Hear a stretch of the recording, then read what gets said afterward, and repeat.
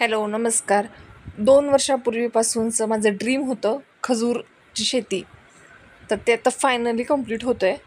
मी खजूरचे रोपं मागवले होते गेल्या वर्षी 2024मध्येच, पण काही कारणाने माझं ते पोस्टपोन होत गेलं. फक्त ॲडव्हान्स बुकिंग करून ठेवलेले मी रोपे. माझी 70ची बुकिंग होती. त्यात बरहीचे होते 40-45 रोपे, लुलूचे होते 20 आणि 5 होते मेल प्लांट, घनामी म्हणून मेल प्लांट होते. तर आमच्या इकडे ना रानडुक्कर खूप मोठ्या प्रमाणात आहे. त्याच्यामुळे मला सगळ्यात अगोदर नियोजन करणं गरजेचं होतं, ते म्हणजे कुंपणासाठीचं. मग मी कुंपण आणि जे झाडं खोदायची होती आपल्याला, त्याच्या 15 ते 20 दिवस अगोदर खड्डे खोदायचे होते आणि खड्डे खोदून त्याच्यामध्ये बुरशी पावडर, साफ पावडर ची फवारणी करून आणि त्याच्यामध्ये निंबोळी अर्क, गांडूळ खत आणि याचं मिश्रण करून आपल्याला ते खड्डे बुजवून घ्यायचे होते. तर इथे खड्डे खोदायला सुरुवात आहेत. तर त्याचं अंतर मी 25x25 ठेवलेलं आहे. दोन्ही झाडाच्या मधलं अंतर 25 आणि दोन्ही सऱ्यांमधलं 18.5 असं ठेवलेलं होतं. इंटरक्रॉपिंग जर तुम्हाला करायचं असेल तर 25x25 आयडियल अंतर होतं. हे 2x2चे खड्डे होते. 2 फूट रुंद आणि 2 फूट लांब खोली, रुंदी आणि लांबी अशा प्रमाणामध्ये होते. ॲक्च्युली असं काय झालं होतं, पाऊस पडल्यामुळे हे खड्डे थोडं रफ वाटत होते. याच्यामध्ये नंतर फवारणी करून घेतली मी बुरशीनाशकाची, शेजारी माती आणि खड्ड्यामध्ये. आणि हे 2-3 दिवस आपण उन्हात वाळवून घेणार आहोत. आणि त्याच्यानंतर आपण याच्यामध्ये निंबोळी अर्क, एक पाटी वाळू, शेणखत आणि गांडूळ खत असं मिश्रण करून आपण ते खड्डे नंतर परत भरून घेणार आहोत. चारी बाजूनी अशी साफची म्हणजे बुरशीनाशकाची फवारणी करून घ्यायची आहे, जेणेकरून ओलाव्यामुळे याच्यामध्ये बुरशी होणार नाही किंवा काही जंतुसंसर्ग किंवा कीटक वगैरे काही येणार नाहीत.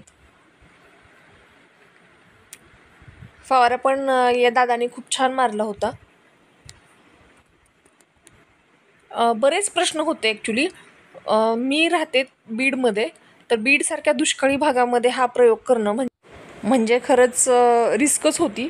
पण तरीही घ्यायचं ठरवलं होतं रिस्क, कारण पैसा खूप लागतो, रोपं खूप महाग आहेत आणि 1 एकरामध्ये खरंच त्याला प्रमाणापेक्षा जास्त खर्च होतो. साधी गोष्ट नाही आहे, फार मोठ्या आवाक्याबाहेरची गोष्ट आहे. तरी पण एक हिंमत केली आणि नवीन काहीतरी करायचं म्हणून हा प्रयोग करते आहे. ॲक्च्युली हा माझा ड्रीम प्रोजेक्ट असल्यासारखाच होता. 2 वर्षापासून मी या प्रोजेक्टच्या पाठीमागे होते. याची A to Z माहिती घेतलेली आहे आणि याच्यात उतरले आहे. पाहूयात आता किती सक्सेस होतं आहे. सध्या तरी सुरुवातच आहे म्हणावं लागेल. तर हे असे मी खड्डे पूर्ण फवारून घेतले होते. याच्यानंतरची स्टेप मला ते खड्डे बुजवून घ्यायचे होते. नंतर कुंपणाचं तयारी करायची होती, तुम्हाला दाखवते ते.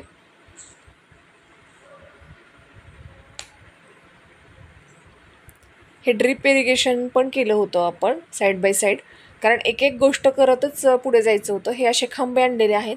हे 7 फूट उंचीचे सिमेंटी खांबे आहेत आणि याच्यामध्ये होल्स आहेत असे. त्या होलमधून आपण तारा अशा ओढून घेऊन बांधू शकतो. हे मार्किंग केलं होतं. ते बरेच जण असता म्हणतील की काटेच्या तारा का नाही टाकल्या किंवा ते कुंपण का नाही टाकलं. तर खजुराच्या रोपांचाच खर्च हा एवढा मोठा आहे ना, आणि त्याच्यामध्ये जाळीचं कुंपण टाकायला मॅक्स 1.5 लाख रुपये लागतात.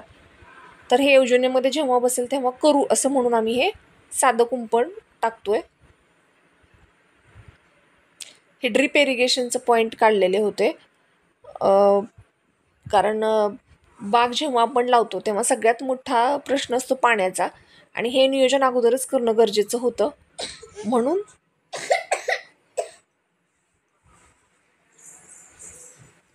हे नियोजन होतं.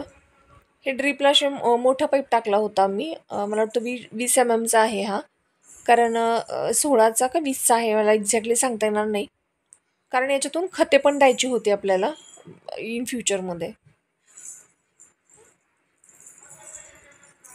हे पहा, असं हे कुंपण केलेलं होतं. मी मध्ये चक्कर मारत होते कारण मला हॉस्पिटल सोडून नाही जाता येत, पण हे तुम्हाला दाखवते मी. आता हे भेसळ डोस केलेला होता मी.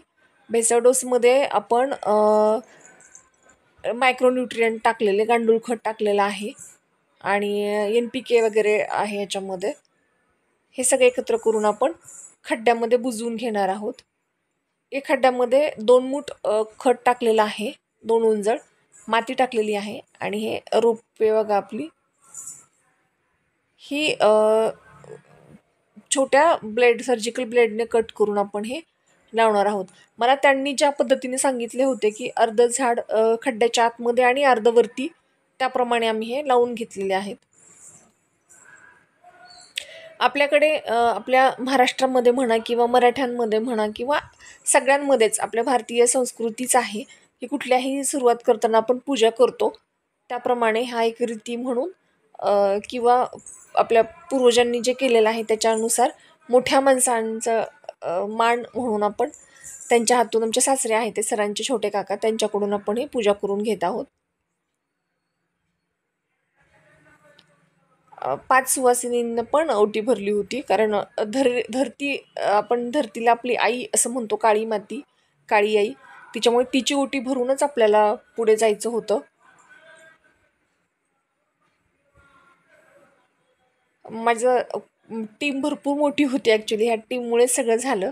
आमचा अख्ख्या हॉस्पिटल स्टाफने मदत केली होती या गोष्टीसाठी.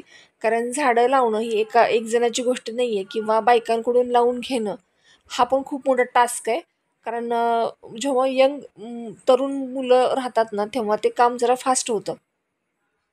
पोरांनी खूप फास्ट केले कामं ॲक्च्युली हे.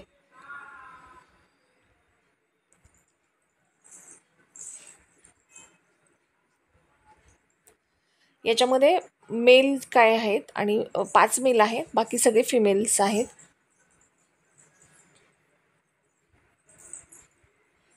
तीन वर्षानंतर याला फळ येतं. रोपाबद्दल आणखीन काही माहिती हवी असल्यास मला मेसेज करा किंवा DM करा. मी तुम्हाला नक्की प्रत्येक प्रश्नाचं उत्तर देईल आणि याची ग्रोथ कशी होईल हे झाडाचं प्रत्येक हे मी तुम्हाला शेअर करेल, तुमच्यासोबत माहिती शेअर करेन. ह्याला कधी कुठलं काय खत देते किंवा काय त्याची वाढ कशी होते याची मी तुम्हाला अपडेट देत राहीन. आता याच्यामध्ये इंटरक्रॉप म्हणून आपण दोन्ही झाडांच्या मध्ये म्हणून dragon fruit actually ideal fruit मानलं जातं. पण आता ड्रॅगन फ्रूट बघू, सध्या तरी काही नाही आहे, सध्या ह्याच्यावरच फोकस आहे.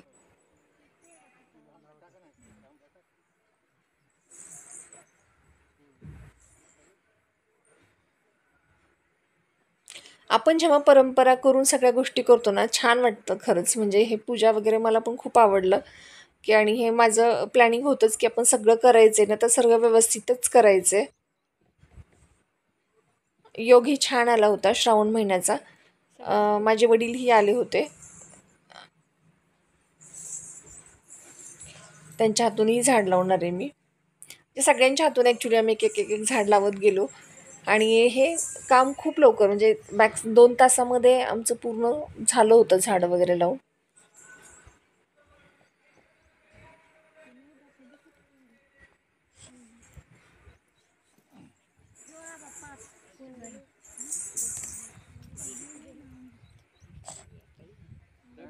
आत्ता बऱ्याच प्रमाणामध्ये बाजारामध्ये पिवळ्या जातीची, म्हणजे बरेही जातीची खजूर उपलब्ध आहे.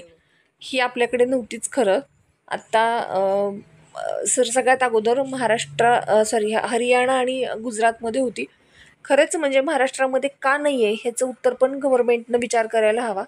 कारण आपल्याकडे अनुदान नाही आहे आणि हे रोपं खूप महाग आहे. 4,500ला एक रोप आहे याचं. ह्याच्यामुळे सर्वसामान्य लोक याचा विचार खरंच नाही करू शकत.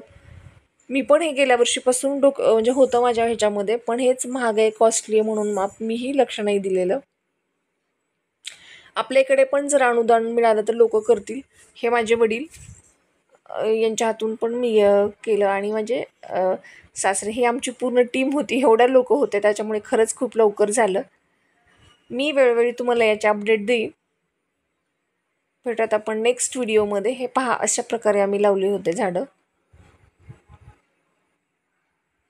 झाडांची साईज छोटी होती, म्हणजे मला अपेक्षित होती त्याच्यापेक्षा थोडी छोटी आहे, पण ठीक आहे समजा, कारण हे टिश्यू कल्चरचं रोप आहे.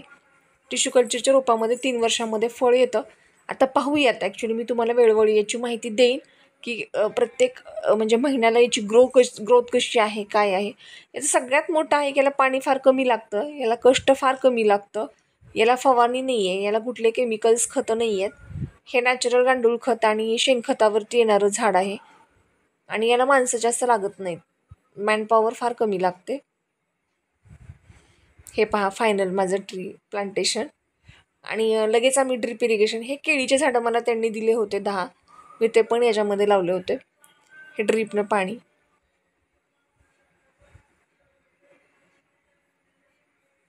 फायनली मी खरंच खूप खुश होते आज, जे माझं एक झालं एकदाचं लावून. आता त्याच्यामध्येच मी आंब्याचे काही प्लांट लावणार आहे, मी त्याचाही व्हिडिओ तुम्हाला शेअर करेन.